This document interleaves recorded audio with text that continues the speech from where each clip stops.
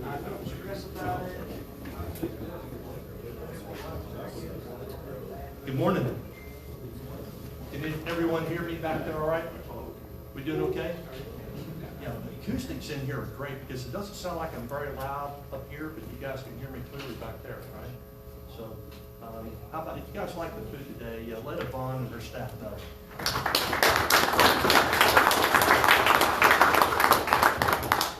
Thank y'all for being here today. It's been kind of an interesting week into the start of the year too. So we'll get into that a little bit more later. But my name's Max Holloway. For the ones that I haven't met yet, I'm the president and chairman of the local chapter here at OCF. So warm welcome to everybody here. I think I've seen quite a few faces that are familiar to OCF, and for the ones that aren't here today, just enjoyed getting to meet you and glad you're here. And, it always goes to show how just extending a warm hand to somebody can maybe bring them into a situation like today where they might hear something, either from the messages or the prayer and praise requests, or just really the message that might speak to someone in a way that will change the trajectory of their life in a positive way. So that's what we're here to do, is to help encourage and people along their pathway. So don't have a lot of announcements today, other than I just broke my rule. So, Sammy, where is he? Sammy. That cost $1. Sammy, you got it. Thank you for reminding me. Anyway, let's do the safety topic is just the fire exit, so we don't have anything planned today. The kitchen's this way, so fire, run that way. Okay, the door's open. So we'll muster out on the north side of the building. Is that okay? Does that take us out by the ammo depot? That's spoken by the lead fireman for one of the local voluntary fire departments, right? Yeah. So follow Mike. He'll get you. If he gets you, Good idea. That's fine. If he gets you into trouble, it'll be a lot of fun. Trust us. You know. So, Mike, good to see you here today, by the way. Mm-hmm. He had a daughter that it's kind of funny. We were talking a little bit about. She suffered a pretty bad leg injury, and she's a gymnast, quite an accomplished gymnast. And she got released to go back to the gym, but by that time they put the restrictions on her. The only thing she's qualified to do is a push-up and an ab or something. So it's kind of funny. That's, anyway, not a lot of announcements. We typically have our prayer breakfast in the fall, or a cookout with the City Rescue Mission during the summer, and just all those plans we've been kind of put on hold. We're really encouraging y'all to spread the word through these podcasts and through the Facebook. We have Bibles, which was our original mission for over 20 years ago, to get those Oilfield Bibles out in the industry and to get them anywhere, even outside the industry, to somebody who might need them. We still encourage you guys to take them, but we understand the reservation of not wanting to handle the plastic coated covers on the Bibles, but feel free to, because I tell you, these 2 boxes of Bibles are getting heavy for this guy. So I'm encouraging everybody to grab one on the way out today, and if you can throw it in your car and use it as a talking point or some conversation starter with people. Unfortunately, Randy Patterson is not here today. He's doing a great job on keeping our prayer and praise list going. How many people are on this list email-wise, praise and prayer? About half of you guys? That's good. We intentionally have kept the digital traffic down, so you might be a regular chapter member. And by the way, membership is free. You're just on the email list. That's how we consider you a member. And we try to cut the traffic down so that you're not overwhelmed with emails unless you want them. And the prayer and praise list is one of those ways that we communicate the needs. I'm only going to go through a few of those today. The ones in blue here, we're going to keep all these people in our hearts and our thoughts as we pray for them. But starting off, Ken Lake is just on the early chapter 1 of his significant struggle that we know that God's going to be glorified too. I was kind of joking with him. If anybody is tough enough, both physically and mentally, to kick this with God's help, it's Ken. So he starts, Sammy, he said, I think Friday, we're going to get his first radiation and injection. He's He's got 3 spots on his body that this myeloma, if I'm saying this correctly, has been attacked.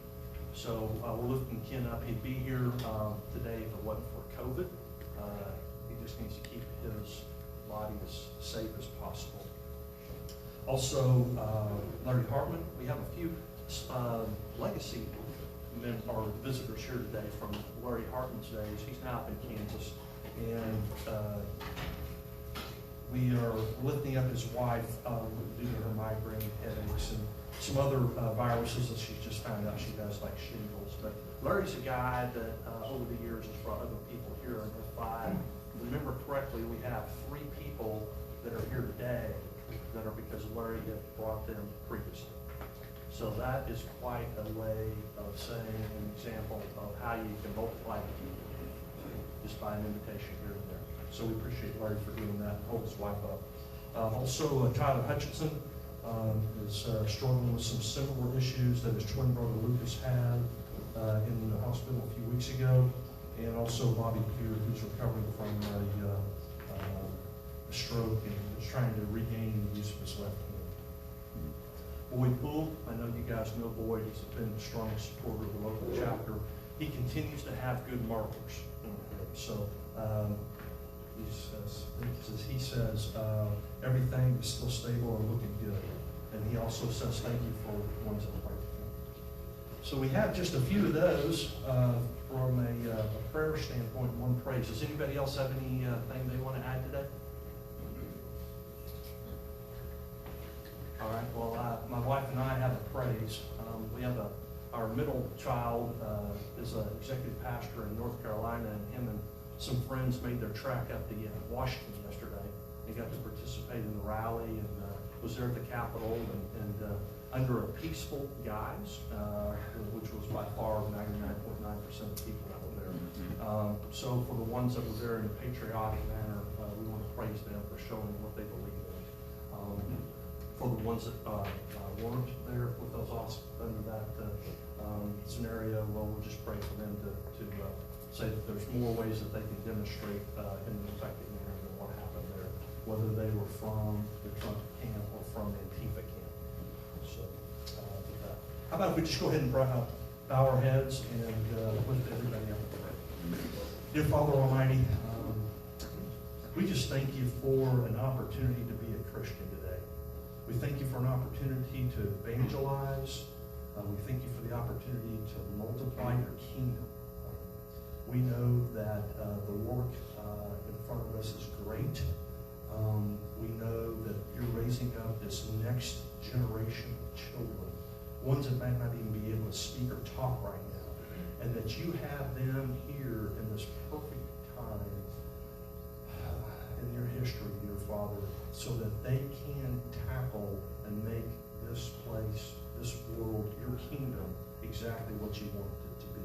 So as a parent, as a grandparent, I know you're just encouraging us not to despair the world, and specifically this home that we have today, but to be emboldened and encouraged to help people in future days, future years, to honor you and just provide a kingdom that you want before your son comes back to make this birth happen, rebirth happen. We lift up all these people on our prayer list, Ken, Boyd, Larry's wife, and all the ones we didn't mention today, and all the other needs and that we have that are unspoken from this group, and we just lay those at your feet right now. And we just pray, Father, that you can just give them an extra helping of warmth and peace today as they make it through one of your great glorious days, and be thankful for these struggles, because these struggles will grow us closer to you. It's in your son Jesus' name we pray. All right, thank you guys for letting me pray with you guys. When I say guys, I'm from Oklahoma, right? So that means men and women. So, All men, all women. yeah, thank God. Thank God for women. That's all I got to say. Yeah. I'm going to get into Ken Lavin's bio. I got to say offhand, I really enjoyed getting to know this guy over the past year, 2, 3. He's always got a smile on his face. I just love how he bounces into a room. And he's going to come up with a story or two that's going to catch you off guard, but it's okay. I learned what to order and what not to order at Starbucks. So thank you for the enlightenment today, Ken. And if you want to know more about that story, you can talk to him and let him share it. I'm not going to repeat. Ken, he's worked in the oil and gas industry for over 17 years. His roles have included coil tubing, field supervisor, tech advisor, frac safety specialist. I'm sorry, all this sounded great until we got to the safety piece of this. And I'm going, you? Okay, especially driving the monster truck. District manager is currently sales manager for a long-term family-owned business, Winter Mud, and they've been their corporate offices here in Oklahoma City. Ken is a committed father to a 16-year-old son, Braylon, and to a loving wife and a loving husband to his wife, Cindy, for over 17 years after only 4 months of dating. So you must have known exactly what you two were looking for. So Ken and his family enjoy life outdoors, and they currently run and operate their own outdoor YouTube channel, Outdoor Adventures. We welcome you guys to go check that out. Early on, Ken attended Oklahoma City University for vocal performance and is currently wrapping up his bachelor's degree in business administration with a minor in ethics at Mid-American Christian University, where he'll finish up this August.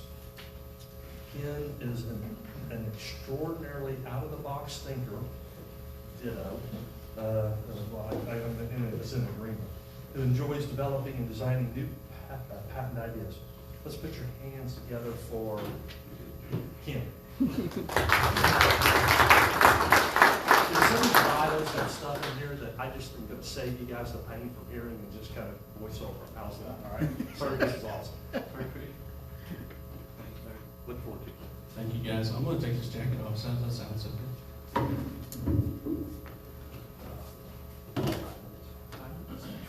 Matt, you want to bring a couple of those chairs back from the house? Okay.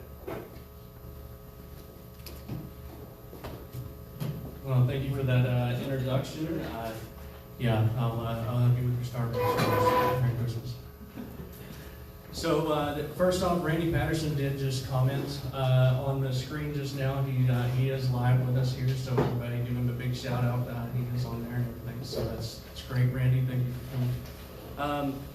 Yeah, so also about the Bibles, please make sure to pick those up. Shout out to our social medias on here. Guys, if y'all are interested in the Bibles, reach out to myself, Matt Hill, via LinkedIn.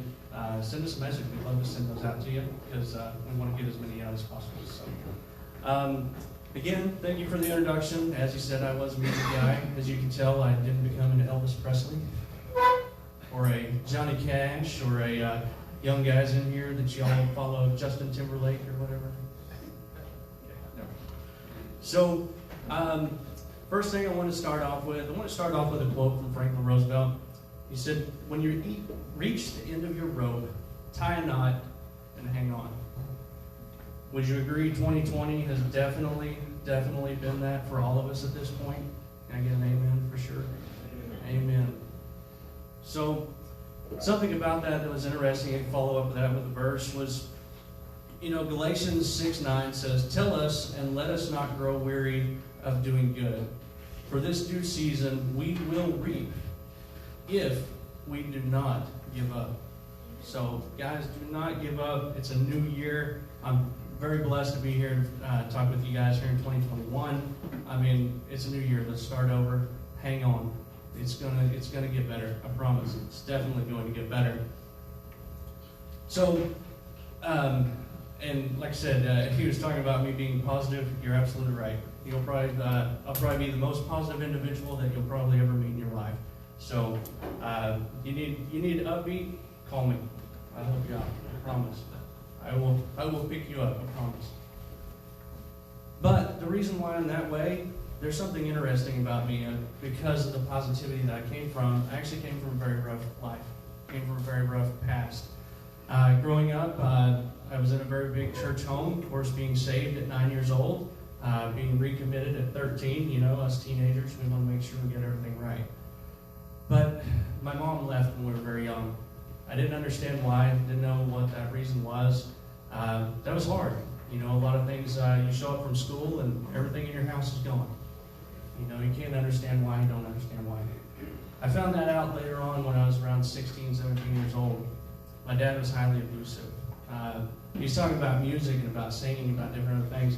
He used to have a father that would come to class, come to rehearsals, come to concerts, come to churches, everything that I used to do, and would have about 5 pages of notes that I'd have to do and stay up until I did them correctly. There's more graphic, more other things that would go along with that, but very, very rough life.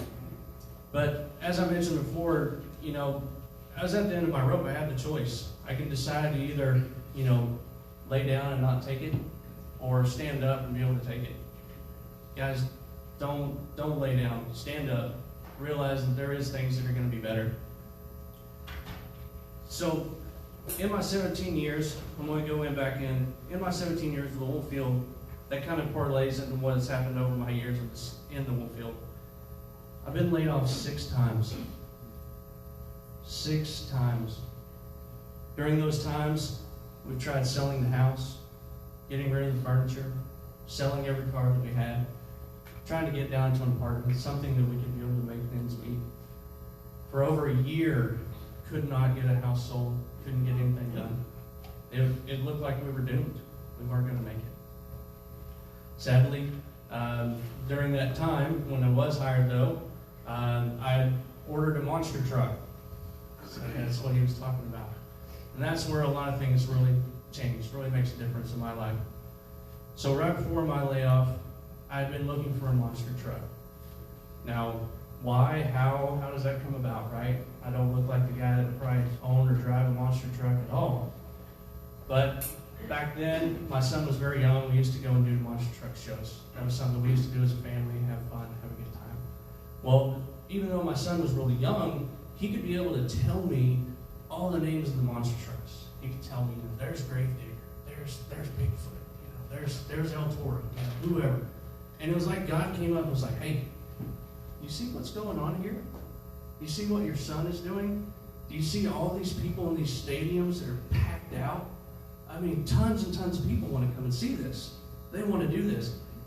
Why don't you come up with something that's positive? Why don't you come up with a Christian message for people? Why don't you be able to use this to be able to be a positive influence for kids, for families, for dads, for whatever?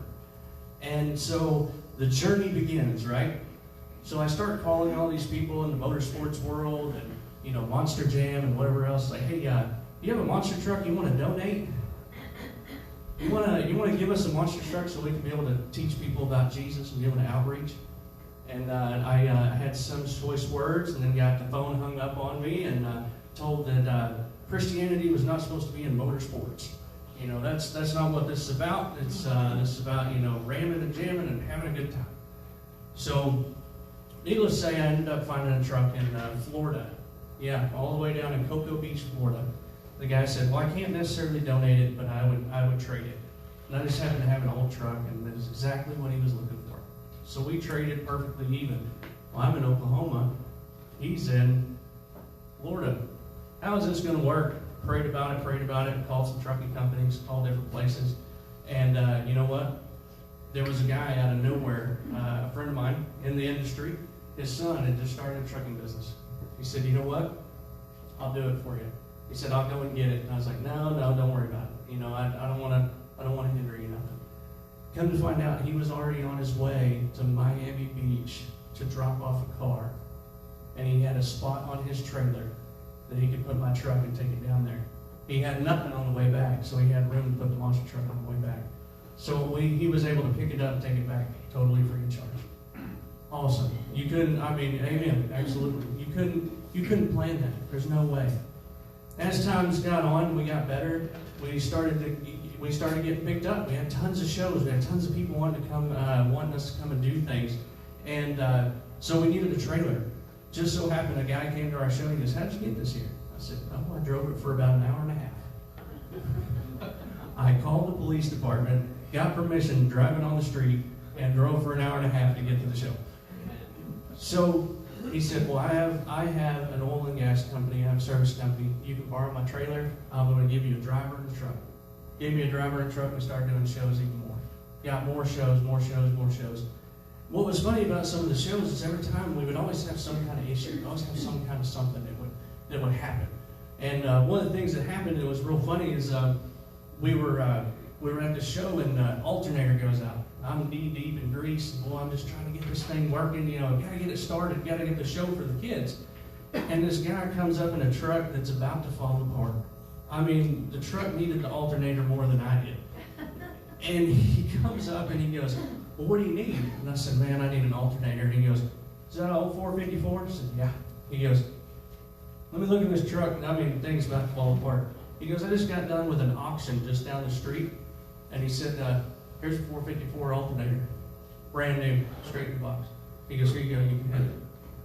I mean, how awesome is that God, when we think things are bad, when we think things are horrible and it's not going to work out, He always provides. Hang on. I'm telling you, hang on, hang on. So one of the things we did with the monster truck that was really cool, we did a show down in Dallas, and so what we would do is before we go and do these big shows, we'd say, all right, so I want you to get with the kids, I want you to get with the parents, and I want you to tell them, I want you to think about stumbling blocks in your life. What are things in your life that are stumbling blocks? Let's say it's video games, back talking your parents. Let's say it's PlayStation. No offense, PlayStation. Let's say whatever it might be, right? Bring those to the show. We want you to write it on the cars. We want you to put it inside the cars. Whatever it takes, we're going to crush the sin out of your life.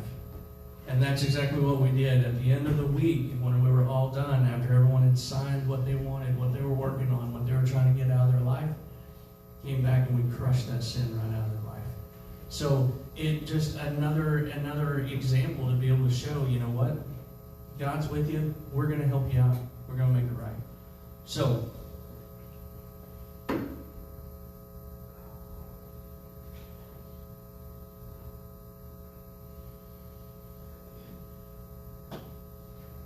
was a verse I wanted to talk about. So verse 137, Luke 137, it says, for nothing will be impossible with God. I repeat it, nothing will be impossible with God.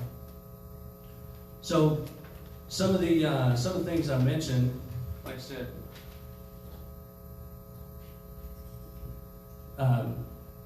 when we had the monster truck, some of the things that I mentioned is, one thing was time.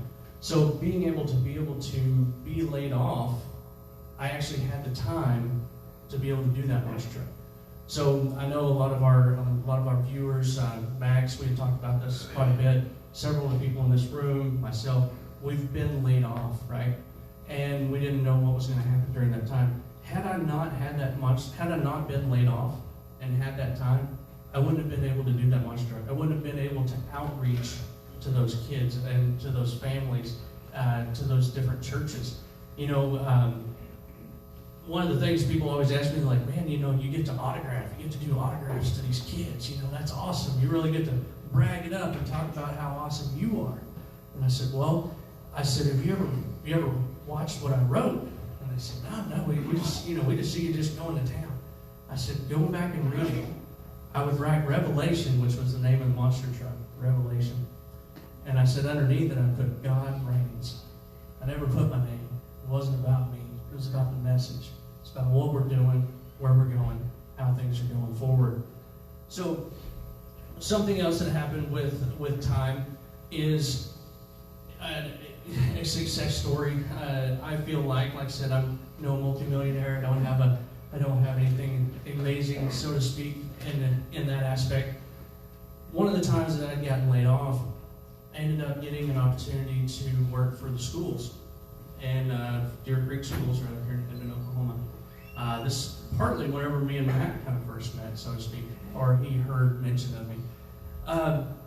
During that time, they said, well, hey, we've kind of got these, we've got these teachers that are helping out, but we need somebody in the special needs class. And I was like, okay. You know what? I don't know what I'm doing. I promise I have no clue what I'm doing. I'm going to do whatever I can do to do it. Okay. Sure enough, they had a girl there that couldn't be able to walk.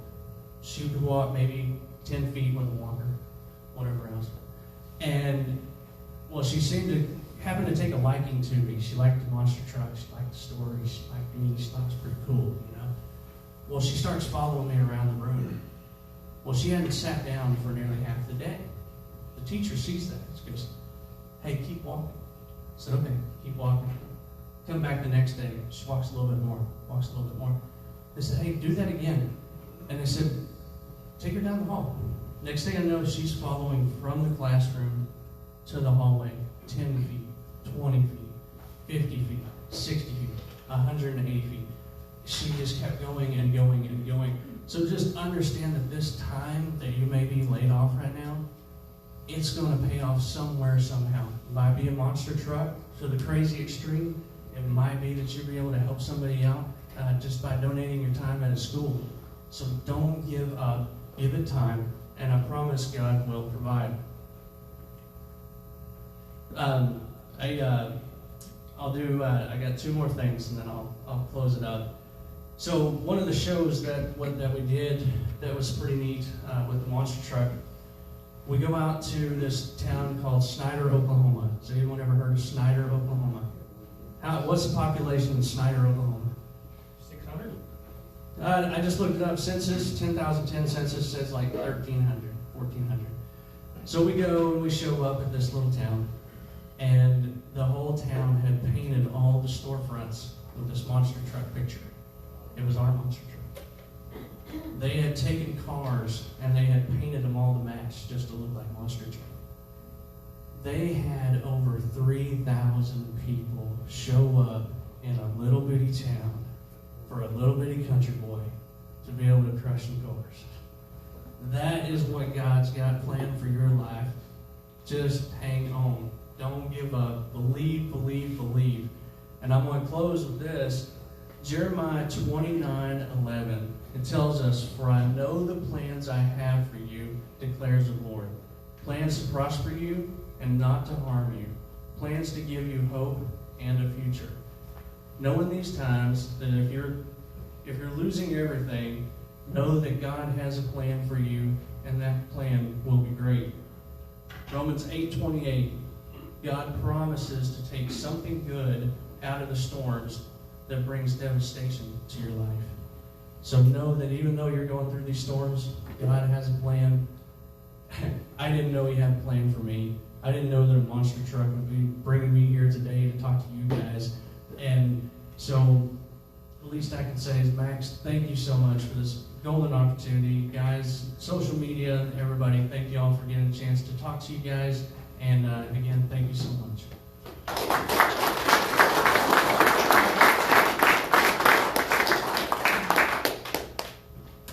Thank you, Ken.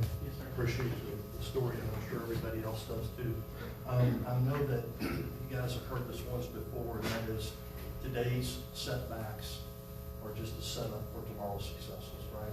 So this is a perfect example, again, of somebody getting up like yourself, sharing a story of where you thought you were at the bottom, but it was really to propel you and multiply God's kingdom, right?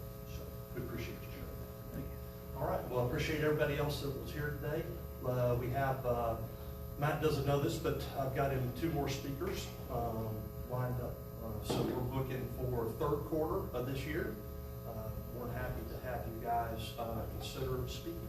And for the 2 people that we have lined up for second quarter who don't know it yet, I'll come and tell you after this. Thank you guys, and have a great day out there. Thanks, sir. Thanks, guys.